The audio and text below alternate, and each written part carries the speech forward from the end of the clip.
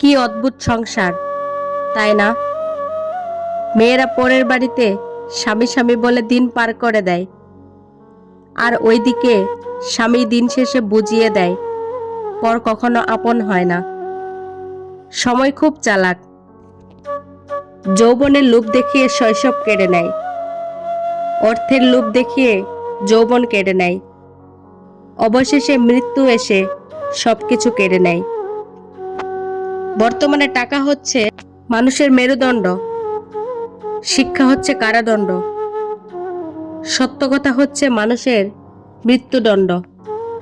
বিয়ের পর একটা মেয়ে শুধু ঘর ছাড়ে না, সে ছাড়ে মায়ের হাতের রান্না, বাবার আদরের ডাক, ভাই বোনের ঝগড়াঝাটি, নিজের স্বাধীনতা।